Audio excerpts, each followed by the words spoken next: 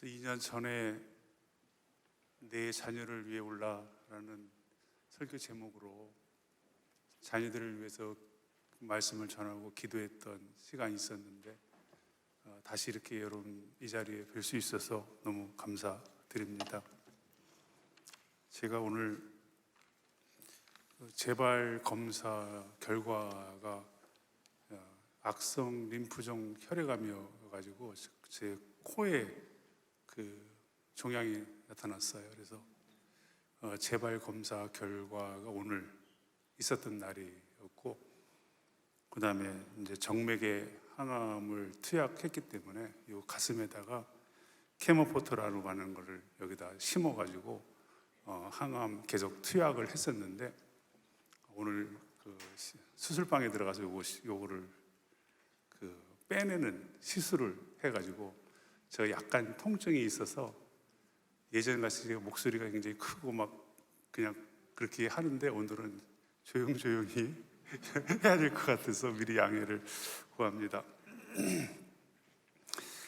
오늘 본문은 11절에 이렇게 시작합니다. 그날 밤에 라는 그런 단어로 시작합니다. 누구나 인생에 밤은 찾아옵니다. 어딘가 갇혀있는 공간에 있을 때 또 어두운 밤은 두려움을 가져다 줍니다. 제 나이 이상의 어떤 그런 연세를 가지신 분들은 어린 시절 주로 가로등이 없었잖아요. 그러니까 밤이 찾아오는 시간이 어린 시절에 생각해 보면 항상 두려움이었던 것 같아요. 특히 저희 부모님이 비즈니스를 하셨기 때문에 밤늦게 두 분이 들어오셨는데 저희 집이 좀 반지하가 있는 이렇게 양옥집에 있었는데 항상 어두운 밤에 그 집에 들어가는 게 5살 어린 막내 동생과 함께 바깥에서 놀다가 어두워지면 부모님이 없는 집에 들어가는 시간이 저에게는 두려움의 어떤 시간이었어요. 작년 3월부터 이 종양이 이렇게 증세가 발생이 됐는데, 지난 2025년 1년 한 해는 제 인생에 정말 어두운 밤의 긴 시간을 보냈던 그런 시간이었다고 이렇게 생각이 듭니다. 2월에 종합검진을 받고 전부 이상이 없어서 다시 미국으로 들어갔는데 3월 달에 증세가 나타났어요. 종합검진 받고 한 달 후에 갑자기 코에 염증이 차고 발병 증세가 오더니 4월 달에 코로나 일방대학에서 사역하는 중에 엄청나게 코피를 쏟으면서 이게 좀 정상적이지 않은 상황이구나 라고 해서 급하게 비행기표 편도를 끊고 한국으로 바로 들어와 가지고 검사를 해봤더니 코에 종양이 발생을 했는데, 이게 그 괴사성 막 빠르게 자라는 괴사성 종양으로 판단이 돼가지고 대학병원으로 가야 된다고 그래가지고 제가 신존 세브란스 병원에, 바로 선교사님들이 신존 세브란스 병원에 여러 가지 혜택을 주기 때문에 신존 세브란스 병원으로 가게 됐습니다. 왜 그 림프종 혈액암을 악성 림프종 혈액암이라고 이렇게 붙였을까? 제가 가만히 생각해 보니까 다른 암은 1년, 2년, 3년, 5년 이렇게 한 자리에 오랫동안 자라서 성장해가지고 거기서 암이 형성이 되는데, 이 피 속에서 암이 발생한 림프종 혈액암은 발병이 되면 2주, 3주부터 종양이 발생이 되고 급하게 확 자라버리는 그런 암의 특성을 가지고 있어서 악성이라는 단어를 앞에다 붙이는 것 같아요. 밤마다 굉장히 저에게는 힘든 시간이었습니다. 코에 그 종양이 발생했기 때문에 정말 잠을 제대로 잘 수가 없었던 그런 시간이었어요. 죽음이 언젠가는 먼 훗날에, 제 나이가 64세니까 아직도 먼 훗날에 죽음이 내 인생에 찾아올 것이라고는 생각하고 살지만, 그러나 가까이 이렇게 빠르게 내 삶에 다가올 수도 있겠구나 라는 생각을 이번에 암 투병을 하면서 그런 생각을 가지게 되었습니다. 오늘 본문 말씀의 배경은 바울이 3차 전도 여행을 마치고 예루살렘에 이르러서 예루살렘 교회에 선교 사역을 보고하고 이방 교회 형제들이 자매들이 정성스럽게 보내온 사랑의 구제 헌금을 전달하는 그런 시간이었습니다. 그러나 사도행전 21장에 가만히 자세히 보면 30절 31절에 보니까 온 성이 소동하여 백성이 달려와 모여 바울을 잡아 성전 밖으로 끌고 나가니 문들이 곧 닫히더라. 그들이 그를 죽이려 할 때에, 다시 말하면 바울이 예루살렘에 돌아왔다는 그런 소식을 듣고 아시아 지역에서 온 유대인들이 이 바울을 잡아 죽이려고 소동이 일어나게 되는 사건이 일어나게 됩니다. 이 사건 때문에 이 바울이 로마 시민권자라는 사실을 알고 된 군대 참부장이 이 바울을 조금, 로마 시민권자를 가지고 있는 사람은 함부로 대할 수 없기 때문에, 그래서 산헤드린 공회라고 하는 유대인의 어떤 종교적 법정에서 이 사람이 어떤 문제가 있길래 이렇게 소동이 일어나나 하고 이렇게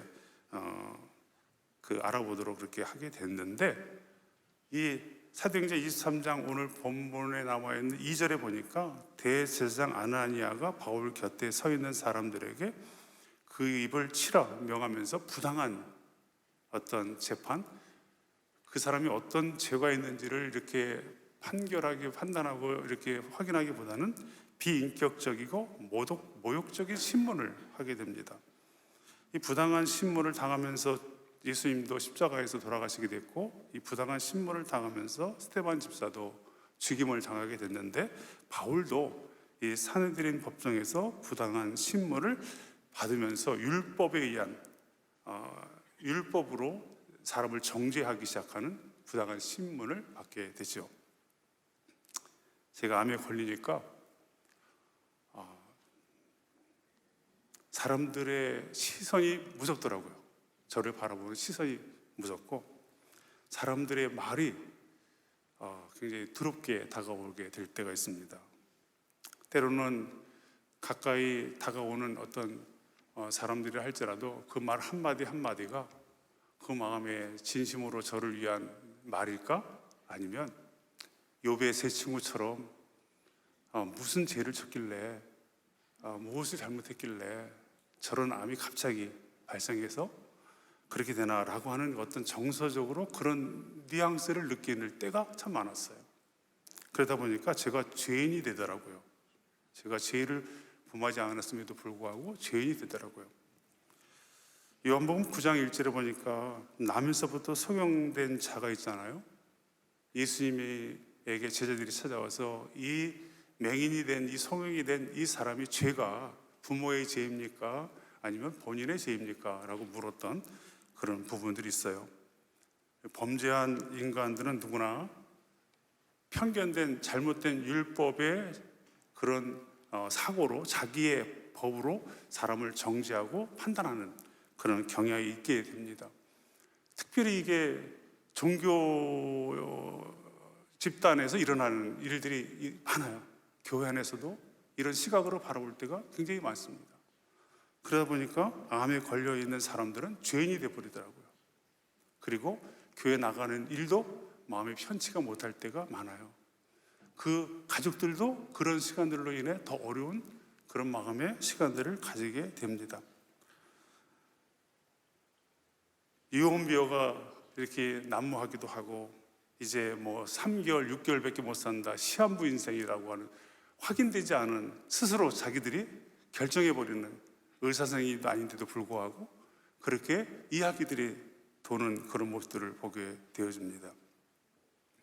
이런 상황 가운데 있었을 때, 정말 이런 상황이 있었을 때 이 산헤드린 공회 앞에서 바울의 그날 밤에 법정에 서서 그 재판을 받는 그 시간이 바로 이런 심정이 아니었을까라는 그런 생각을 해봅니다.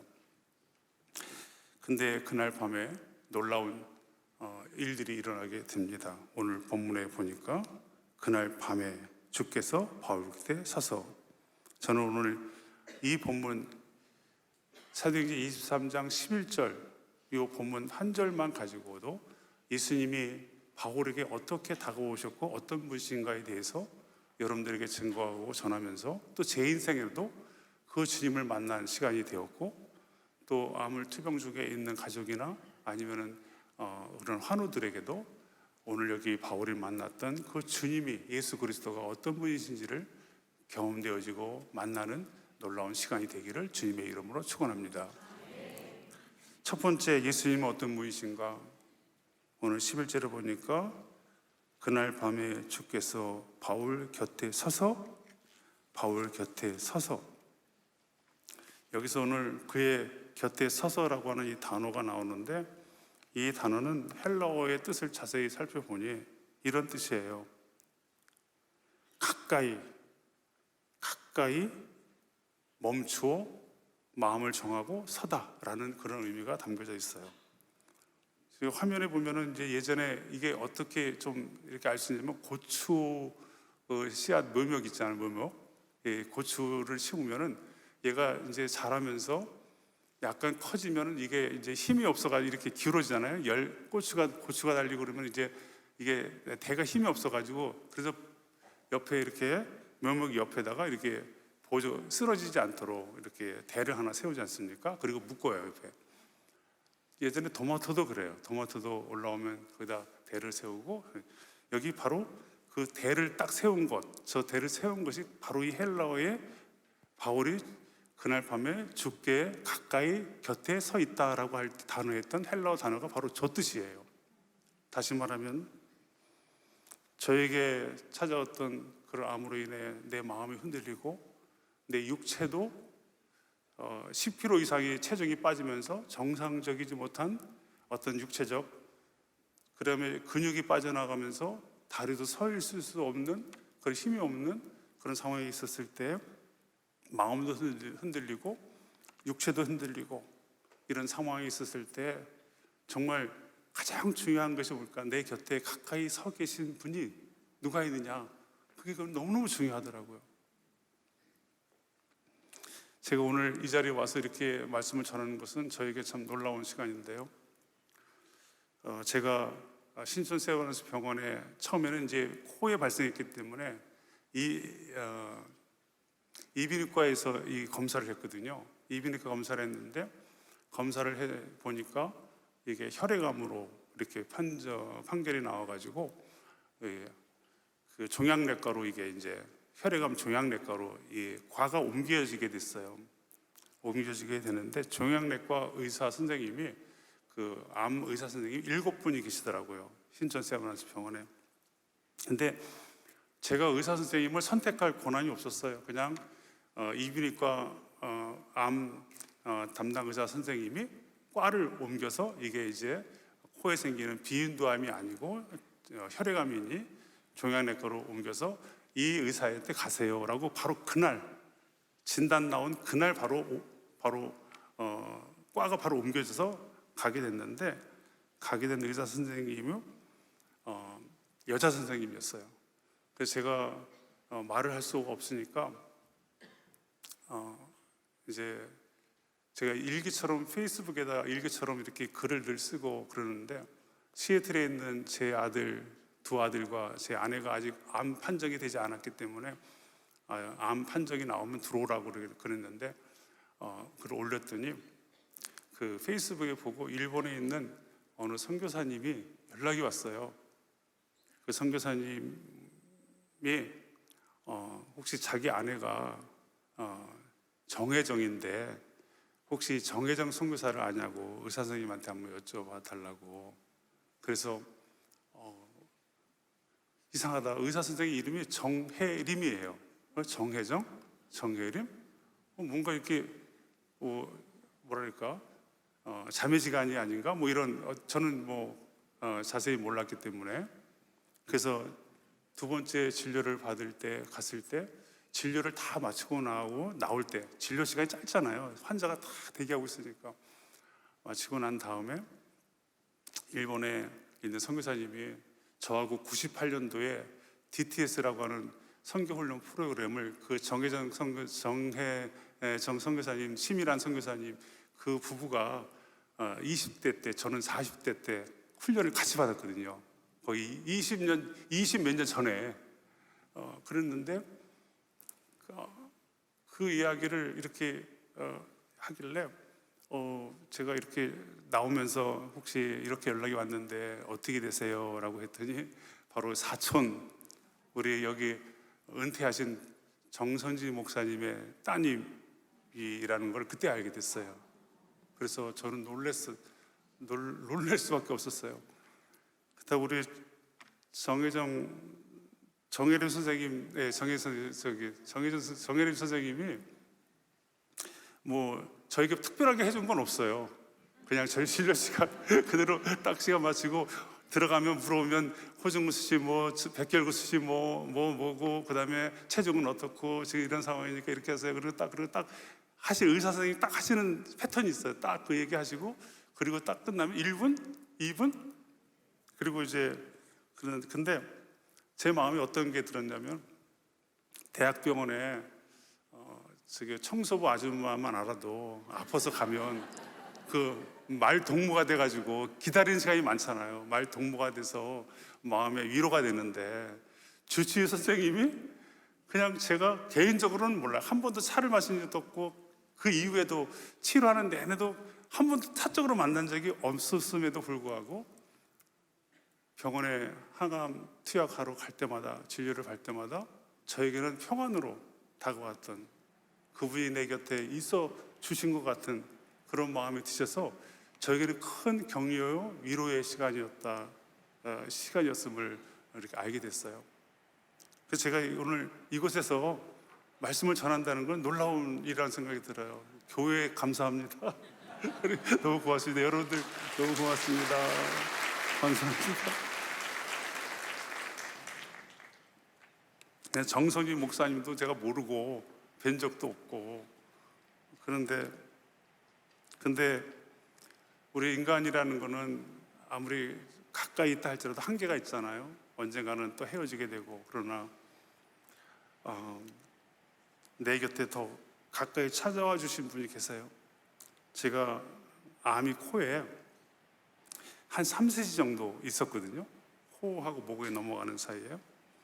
근데 그 사이즈를 체크하기 위해서 MRI를 촬영하는데 코에 있다 보니까 MRI 촬영하는 기사 선생님이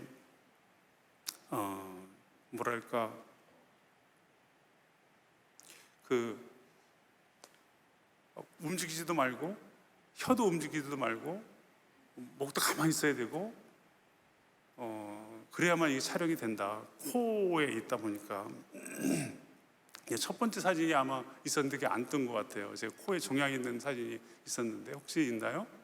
제가 첫 번째 우리 정의 요건데 여기 오면 여러분들 보시기에 오른쪽인가요? 왼쪽인가요? 저기 보면 거의 가운데가 뿌옇게 나와 있는데요. 그게 거의 까맣게 나와야 되거든요. 구멍이 뚫려 있으면 까맣게 나오고 그 다음에 거기 뭔가 막혀 있으면 저기 뿌옇게 흐리게 나오는데 정 가운데가 코인데요. 거기가 지금 조금 이렇게 까맣잖아요. 조금 그게 전부 암이었어요. 아내가. 그래서 네, 됐습니다. MRI 촬영하는 시간 내내 한 5, 6분 정도 걸리는 것 같아요. 촬영하는 시간이. 근데 한 10분, 15분 지났을 때까지 입으로 숨을 쉬다 보니까 한 1분, 2분, 3분 지나서 완전히 목이 말라가지고 숨을 쉴 수가 없는 거예요. 제가 그때 주님의 심정을 제가 깨닫는 시간이었습니다. 예수님께 십자가에서 내가 목마르다라고 하는 그 고백이 얼마나 고통스러워. 그래서 도저히 견딜 수가 없어가지고 제가 이 촬영을 중단해야 할 수밖에 없는 상황. 그러다 보니까 그 촬영하시는 그 선생님께서 이번에 촬영을 못 하시면 또 이 시간을 또 견뎌하셔야 되는데 그래도 한번 견뎌보시죠 라고 이렇게 방송으로 이렇게 이제 하는 거예요. 그래가지고 제가 거기 있는 시간에 할 수 있는 게 유일하게 완전히 이게 숨이 막히니까 사람이 제정신이 아니고 그냥 금방 죽을 것 같은 막 목이 말라서 오는 기도하게 됐는데 그때 정말 주님께서 내 인생의 그 병실에 그 MRI 촬영하는 시간에 찾아오셔서 막혀있는 그 콧구멍에 풍선에 바늘구멍으로 바늘 찌르는 것처럼 아주 희미하게 숨이 들어오기 시작했어요. 그래가지고 한 7, 8분을 그 숨을 최대한 들어 마시려고 코로 못 움직이니까 하여튼 최대한 들어 마시고, 그리고 입은 다물고, 이게 코로 이제 숨을 내쉴 수가 있으니까 하여튼 그거를 하면서 그때 제 인생에 내 숨결 부담, 우리가 항상 무의식 속에서 숨을 쉬고 살잖아요. 숨이 내 곁에 얼마나 가까이 있는 거를 우리는 모르고 살아요. 근데 숨이 막히고 목마르니까 그때 알겠더라고요. 숨이 얼마나 내 곁에 가까이 호흡하고 있는지. 근데 내 숨결보다 더 가까이 계신 예수님, 내 숨결보다 내 곁에 가까이 계신 그 주님을 만나는 시간이 그 시간이었어요. 제가 새벽에 일어날 때마다 제일 첫 번째 하는 기도가 뭔지 아세요? 주님, 내 숨결보다 더 가까이 계신 예수님으로 인해 주님을 찬양합니다.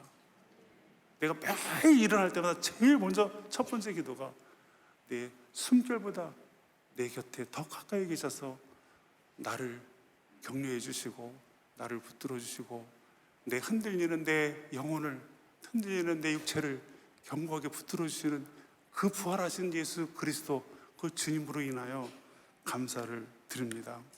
그것이 저에게 기도했던 첫 번째, 내가 만났던 주님. 오늘 여기 바울도 그날 밤에 정말 죽음이 엄습해 오는 그런 두려운 그날 밤에 주께서 바울 곁에 서 계셨다. 이것은 놀라운 은혜가 아닐 수가 없습니다. 우리 사랑하는 환우 여러분들 한 분 한 분에게 이런 부탁을 드리고 싶어요.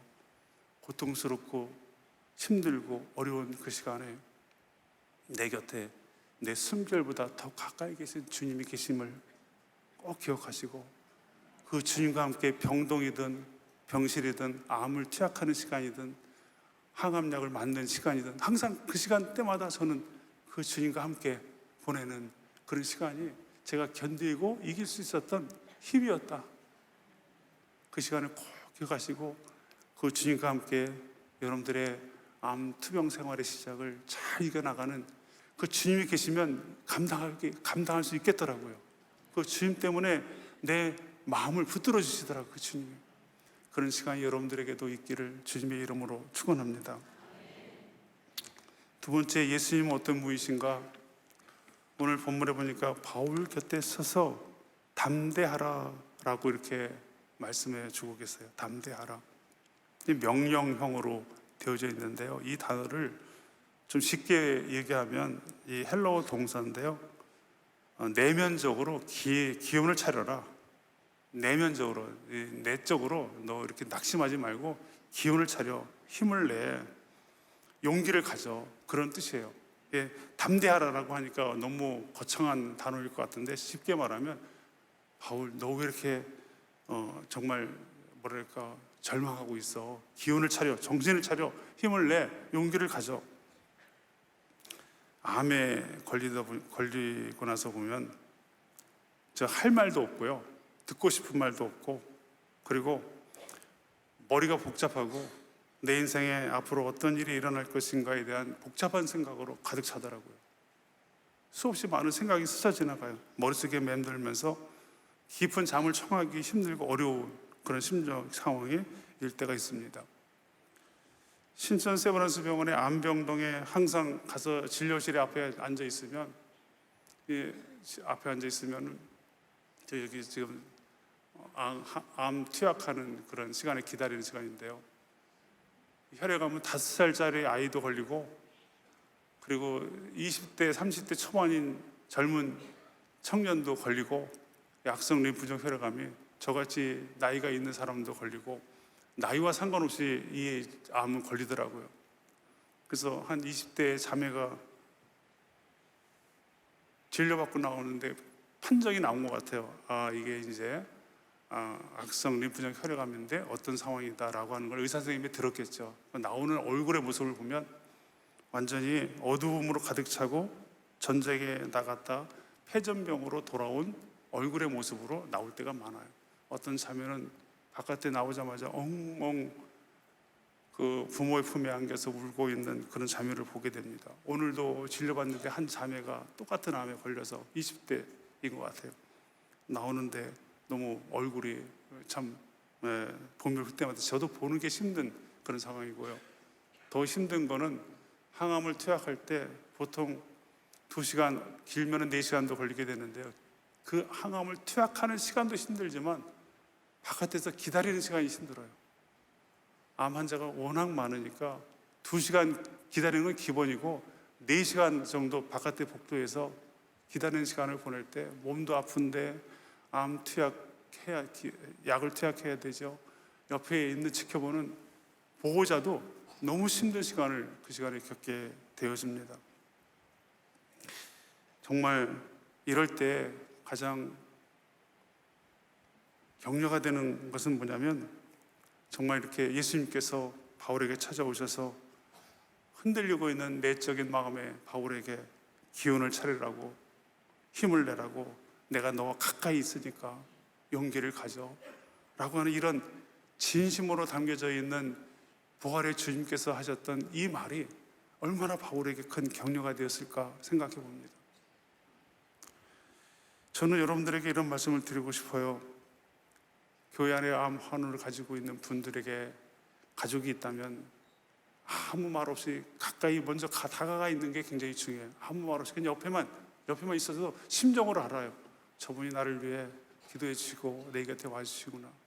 그리고 기도하시다가 격려하고 싶은 말이 생기면 그때 한마디, 제가 기도하고 있습니다, 힘내세요. 많은 말이 필요 없어요. 많은 말이 필요하지 않아요. 암 환우에게, 가족에게 뭐 이렇대, 뭐 이렇대, 뭐 이런, 뭐 그런 일이 아무 소용이 없어요. 그냥 옆에 가까이 다가서 주시고, 그리고 내가 기도하겠습니다. 그리고 기도하시고, 주님이 주신 마음이 뭐냐면 그에게 격려해 주는 거죠. 용기 내세요. 제가 기도할게요. 함께 서줄게요. 끝날 때까지 같이 있어줄게요. 끝날 때까지 제가 끊임없이 기도하겠습니다. 그 말이 얼마나 큰 용기가 되는지 몰라요. 오늘 이 거룩한 및 광성교회 안에 있는 성도들에게는 정말 교회가 크면 클수록 암 환우가 얼마나 많겠습니까? 그분들에게 기회가 되면 올 때마다 가까이 다가가 주시고 옆에 서셔서 그냥 손이라도 한번 잡아주시고 기도하고 있습니다, 그런 말 한마디, 그리고 용기 가지세요 라고 하는 그런 부분으로 그냥 그렇게 다가갈 수는 여러분 되시기 바랍니다. 주님이 그리고 그 인생에 홀로 밤에 보내야 되는 시간, 집으로 돌아가서 아니면 투약하는 중에 암 투병하는 시간 내내 그가 홀로 밤을 보내는 그런 시간을 보낼 때가 굉장히 많이 있을 텐데, 그런 시간에도 오늘 바울에게 찾아오셨던 부활의 주님이 그에게도 찾아가셔서 그를 격려해 주시고 그를 위로해 주시고 용기를 가지라고 말씀하시는 예수님 만날 수 있게 해주세요 라고 그렇게 기도해 주시는 여러분 되시기를 주님의 이름으로 부탁을 드립니다. 신천 세브란스병원 수술방에 들어가면요, 제일 천장벽에 크게 써있는 성경 구절이 하나 있거든요. 수술방에 들어가시는 분만 알아요. 수술방에 들어가시는 분만. 수술방에 딱 들어가면 천장에 엄청 크게 이사야서 41장 10절, 두려워 말라, 내가 너와 함께 함이라. 놀라지 말라, 나는 내 하나님이 됨이라. 내가 너를 굳세게 하리라. 참으로 너를 도와주리라. 참으로 나의 의로운 손으로 너를 붙들어 주리라. 이 말씀이 수술방 천장에 쫙 크게 써 있어요. 우리 사랑하는 한우 여러분들 삶에도 그 부활의 주님이 여러분들 곁에 가까이 계셔서 용기를 내라고, 힘을 내라고, 그리고 일어서라고 그렇게 말씀하시는 주님의 음성을 붙들고 다시 또 오늘 하루도 생명을 주셨으니 다시 일어나고 도전해가는 그런 여러분 되시기를 주님의 이름으로 축원합니다. 제가 암 투병할 때 평창동에 있는 예능교회에서 제가 6개월간 머물고 있었어요. 원래 선교관이 사용할 수 있는 기간이 한 달이었는데, 근데 당회에서 선교부 장로님이야 당회에서 결정하기를 항암이 끝날 때까지 교회에서 이 선교사님을 이 선교관에 머물 수 있도록 그렇게 하는 게 좋겠다라고 결정해 주셔서 제가 6개월간을 항암할 때 기간 내내 예능교회에 머물게 됐습니다. 예능교회에 머물면서 새벽 예배를 드리고 매일같이 한 일이 뭐냐면, 평창동에 가면 삼각산 기도원이라고 있어요. 평창동이 예능교회 선교관 건물이고요. 감남산 기도원이라고 하는데 저기 감리교회에서 하는 기도원인데, 그 아예 삼각산이고 삼각산 위에서 바라본 평창동 모습인데요. 제가 매일 정말 아침에 새벽 예배 드리고, 또 오늘도 생명을 주신 주님 감사하고, 내 호흡과 보다 더 가까이 계신 주님과 함께 내가 동행하겠습니다 하고 매일같이 산에 오르는 3km 정도를 올라갔다 내려오는 정도, 3km 정도 올라갔는데요. 아침 새벽에 올라가니까 아무도 뭐 나오는 사람도 없어요. 오는데 올라갈 때마다 저는 정말 저 스스로 얘기해요. 교문아, 제 이름이 교문이거든요. 교문아 담대할지어다.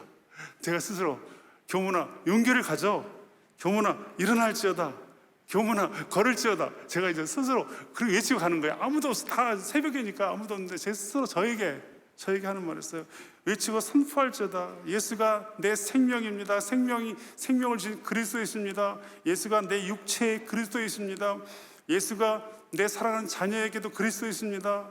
예수가 내 가정에도 그리스도이십니다. 예수가 내 삶에 그리스도이십니다. 구원자이십니다. 그냥 그거를 외쳐가면서 찬양을 들어가면서 그냥 올라갔던 시간이 저는 아직도 잊지 못합니다.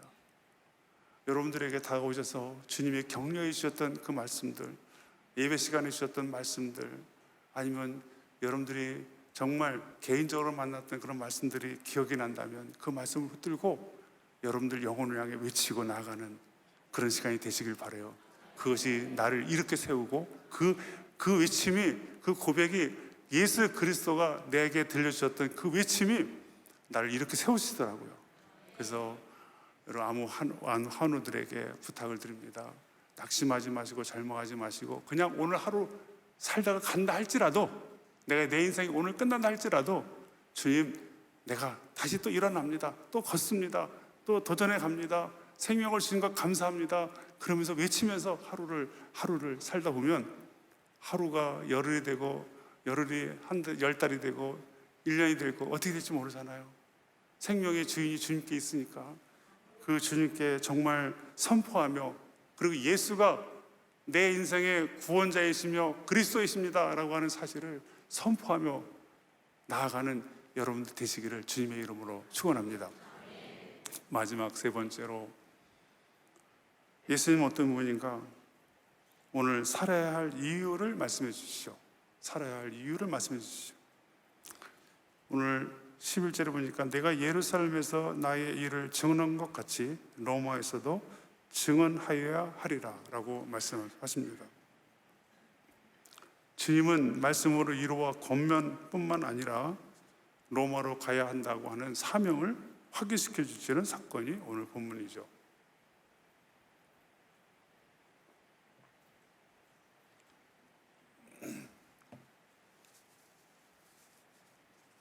다메섹에서 예수님을 만났던 바울은 이방인의 사도로 부르심을 받고, 그리고 그가 부여진 사명은 정말 이방인에게 복음을 전하는 것, 그래서 마지막 자기가 가야 할 땅 로마로 가서 그 복음을 전해야 한다고 하는 그 사명을 가지고 있는데, 정말 자기를 죽이려고 하는 40여 명의 암살단이 뒤에서 기다리고 있는 상황을 직면하고 있었을 때 그 사명을 잊어버릴 수도 있잖아요. 지금 상황이 위협적이고 어려운 상황이 있고, 부당한 재판을 당하고 있고 어려운 상황에 놓여 있는 그런 상황이 생기면 비전도 꿈도 앞으로 해야 할 감당할 일도 전부 다 이제는 보이지가 않아요.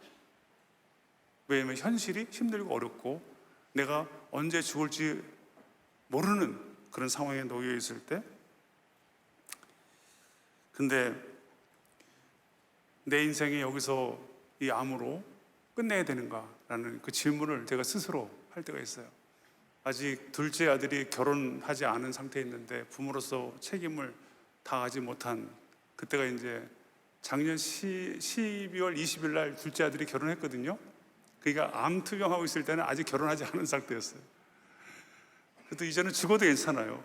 왜냐하면 이제 제 사명을 다 했기 때문에 그냥 뭐 언제 부르셔도. 근데 그때는 그랬어요. 그때는 주님, 내가 제 책임을, 부부로서의 책임을 다하지 못했는데 여기서 내 인생에 마쳐야 됩니까? 라는 질문을 스스로 할 때가 있었습니다.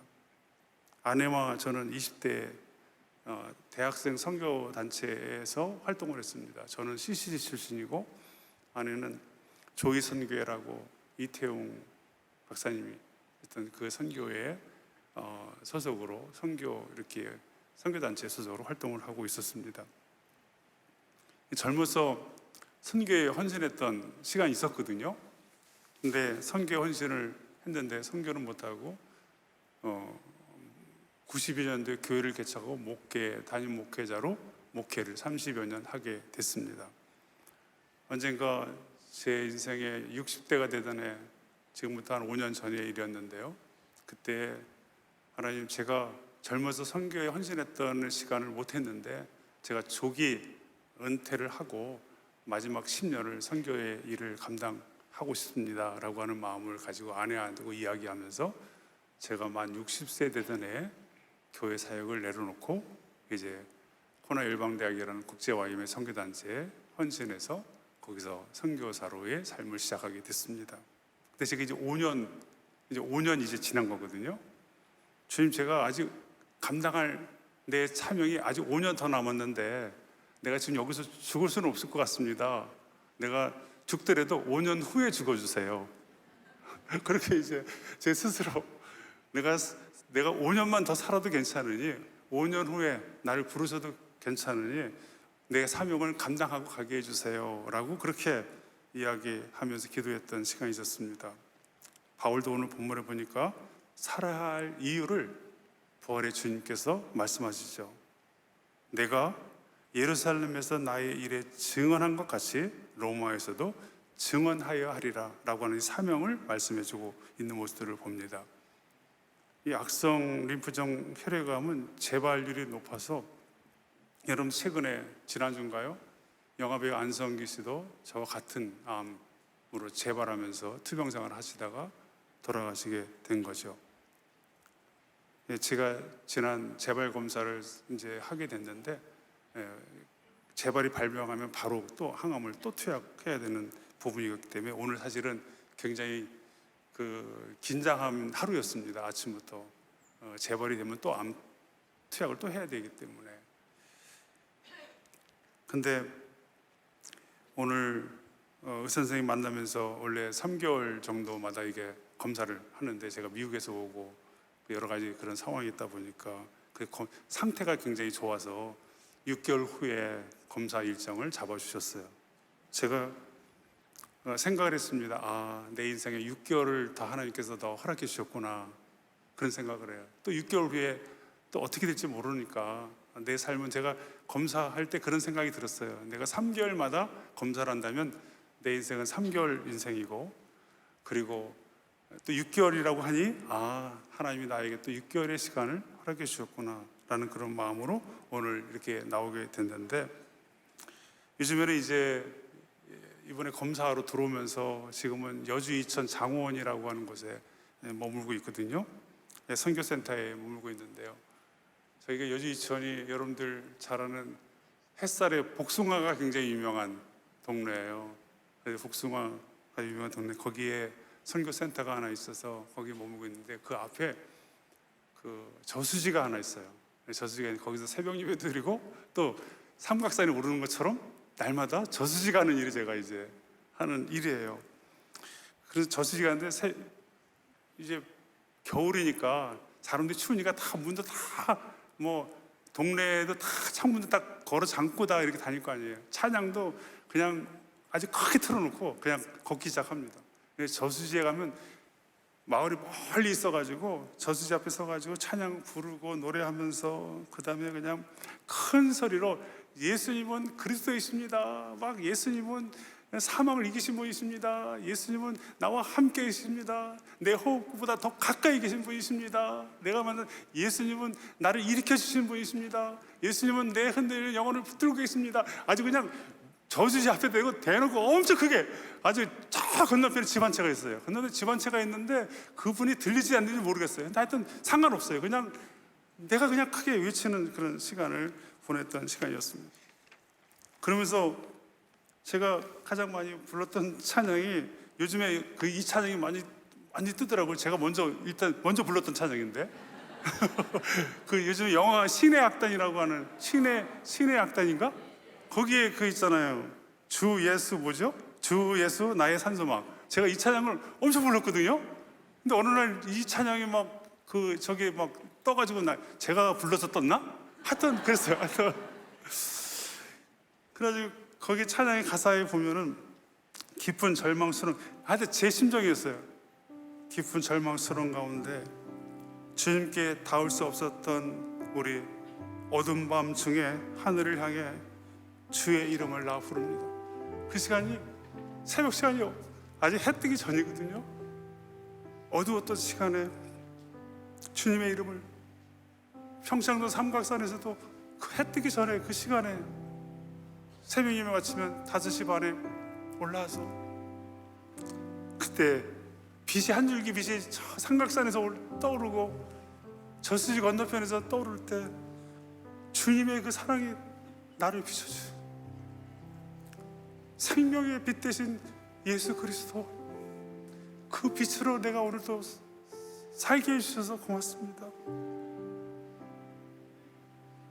주님이 내 인생에 베풀어 주셨던 그 은혜, 그 공로, 그 예수님 때문에 내가 오늘도 또 소망이 살아야 될 이유가 있고 살 소망을 주셔서 고맙습니다. 그리고 후렴에 정말 가장 크게 할렐루야 주를 찬양하여라, 할렐루야 자유케 하시다, 죄와 저주를 끊으신 주께 구원이 있도다, 죄와 저주를 끊으신 주께 구원이 있도다, 주 예수 나의 산 소망입니다.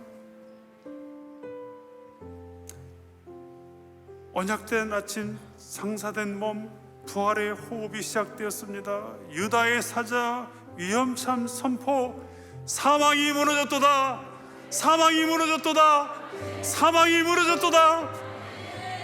유다의 사자 위험참 선포, 사망이 무너졌도다. 주 예수 승리하셨네, 주 예수 승리하셨네. 예수는 나의 그리스도이십니다. 나의 구원자이십니다. 나의 산 소망이십니다.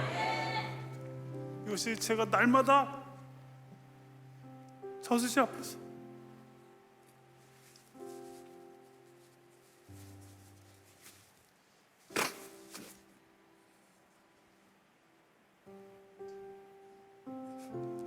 외쳤던 고백이고, 제 인생에 얼마나 더 어떻게 살아갈지 모르지만 이 암투병 이후와 이전과 이후에 바뀌어진 부분이 있다면, 이제는 만나면 예수님 그리스도이십니다, 이 고백하는 일에 만나면 예수님이 그리스도이십니다. 내가 SNS에 글을 써도 마지막에는 항상 예수가 그리스도이십니다. 내 입에서 누구를 만나든 맛있는 식사를 하든 뭘 하든 마지막에 끝에 이야기를 꼭 이 얘기를 해요. 예수는 그리스도이십니다. 제가 12월 20일 날 결혼했던 둘째 아들 사돈 어르신이 이 일산에 사세요. 일산에 사시는데 오늘 오기 전에 식사를 가까운 곳에서 식사를 하고 왔습니다. 그분 제가 오늘 여기서 말씀을 전하는 시간이 있으니까 기회가 되시면 오늘 실시간으로 나오게 되게 보시면 좋겠습니다라는 이야기도 하고, 만약에 못 보시면 제가 유튜브로 나중에 녹화된 남아있으니까 보내드리겠습니다.